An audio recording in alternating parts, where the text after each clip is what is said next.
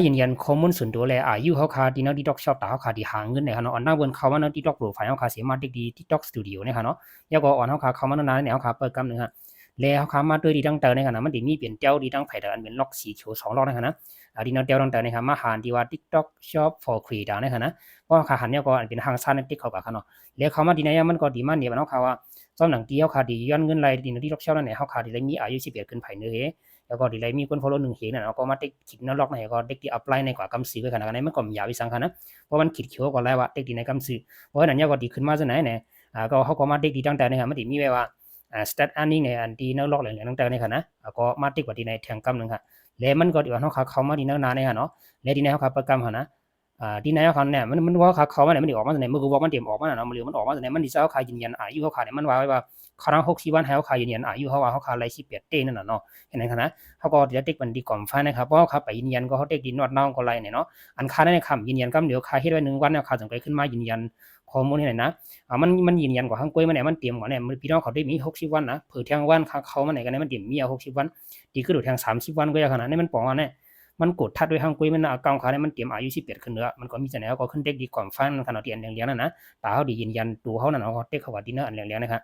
บเนี่ยมันมีตั้งจริงอยู่เลยนะก่อมฟ้าเนี่ยครับเด็กเขาว่ากันนะเพราะฉะนั้นเนี่ยก็เปิดกรรมครั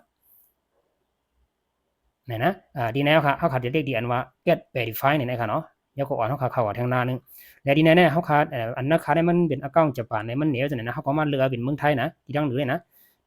เลือกกันนะฮะขาได้เลือกเมืองไทยเนี่ยเพราะว่าพี่น้องเขาที่เอาพาสปอร์ตให้เฮ็ดเนี่ยที่เลือกให้เป็นเมืองมันนะขาได้เดี๋ยวกัดสีของเฮ็ดเนี่ยนะขาได้เลือกเมืองไทยแล้วก็มาติดตั้งแต่ในเหตุเด็กดี next ในสืบขำเขากว่าเขาเนาะต้องนะว่าเป็นพาสปอร์ตเนี่ยที่เลือกให้เป็นเมืองมันนะจังดีไรนะเพราะมันจะเมืองมันเนี่ยไรนะเห็นไหมครับโอเคพี่ยาวก็เปิดกำหนึ่งครับแล้วที่เขามาจากไหนนะที่ไหนมาดีร้านเนี่ยเขาว่าตาเขาขาดที่ไถแค่หางที่หวาดเขานั่นนะเขาขาดเต็มเลยที่ไรหางจืนสาวนั่นนะอย่าไปหางมีเงาเลี้ยงสาวสีนั่นมันดีเนี่ยมันตั้งแต่ไหนตอนนั้นนะนะเต็มเลยหางมันมูมันเมาน่ะเนาะเขาก็ติดตั้งแต่กำนะแล้วก็เปิดกำครับที่ขึ้นมาจากไหนเขาก็มาตั้มวัดสีของเขาทั้งไผ่หน้านั้นตั้มดีนะแล้วก็เปิดกำหนึ่งมันดีเจียดข้อมูลเขานะเพราะว่าระยะเนี่ยก็คิดถูกแล้วก็มันดีเจ้าเขาหวินไผ่มันค่ะเนาะเขาก็ขึ้นโป้ทั้งไผ่หลังมันนั่นค่ะเนาะเพราะนั้นเราก็แล้วค่ะนะที่ขึ้นมาจากไหนคะนะแล้วเขาก็มาเจ็ดด้วยทางกล้ามเพราะว่าโอเคจะไหนยาวไหนก็เขาก็เด็กดีคอนเทนต์อยู่ตั้งแต่นี่ค่ะนะดีอันดูเรียนๆนี่ค่ะนะว่าก็ดีขีจะไหนอันนี้ปองว่าเขาคาเฮ็ดแชมป์เดียวกับเขาค่ะนะกำลังเขาดีไรยืนยันหนาวเนี่ยค่ะเนาะก็ขึ้นมาด้วยค่ะนะมันลาดมาเตรียมไรเสริมมันตาแล้วก็เตรียมไรเสริมมาซึ่งค่าเนี่ยนะก็เขาก็เด็กตั้งแต่เนี่ยนะเด็กเรียนว่าคอนเทนต์อยู่เนี่ยค่ะนะพอเด็กตั้งแต่เนี่ยครับพอเด็กตั้งแต่เนี่ยเข้ากับยาวเนี่ยก็เขาก็มาสแกนหนาวเห็นก็ยืนยันแล้วค่ะเนาะในค่ะนะเปิดกำหนึ่งค่ะนะโอเคเพราะว่ายืนยันเย้าเนี่ยก็เขาขาดที่ในแคมป์เดียวกับเขาขาดทางตอนหนึ่งค่ะนะโอเคแน่นะกำไว้ครับมันก็อยากอีสานก่อนนะไว้หนาวเพราะขาหางหนาวก่อนแล้วก็กำลังเขาดีเลยขึ้นมาเจ็ดด้วยข้อมูลน้อยดีเลยขึ้นมาเพิ่มแถมตีอยู่เขาในนอนในค่ะน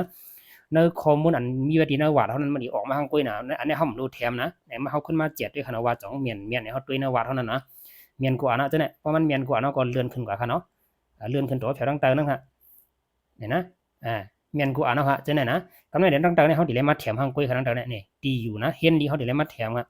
บเห็นดีเลยยาก็ต่างๆเนี่ยนั่นล็อกตัวเนี่ยมันดีลองเยอะนะเหมือนว่าเขาขาดดีเลยด้วยเขาดีเลยเสือเห็นดีอันมีเนื้อหวาดสีของเขานั่นนะเขาหมันเมียนนะเนื้อหวาดสีของเขานั้นเสือเห็นดีกับเราเขาก็มาเสือกันในค่ะนะหรือเขามันเมียนทั้งหมดครับว่าเมียนทั้งหมดเย้าเนี่ยก็ขึ้นมาสืบเด็กดีต่างๆเนี่ยมาดีมีไว้ว่าซับมิดเนี่ยล็อกอย่างเดียวนะคะนะเด็กสังครับพวกเย้าก็มันดีเจ้ากดทัดด้วยทางกำค่ะเนาะ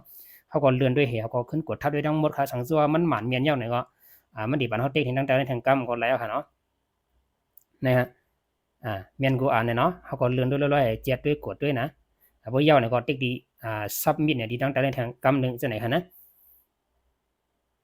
โอเคพวกออกมาจากนี้นะidentity verify เนี่ยเป็น verify ของกำสี่นะแล้วก็ติ๊กดีก็อีกก็แล้วครับนะในพี่น้องขอด้วยกันนะบทจันลงมากำหนึ่งปล่อยขึ้นเมียค่ะนะก็บอกว่ายืนยันเข้มเรียบดีงามว่าไหนค่ะเนาะข้อมูลส่วนตัวอะไรหมดกำเนี่ยก็เขาก็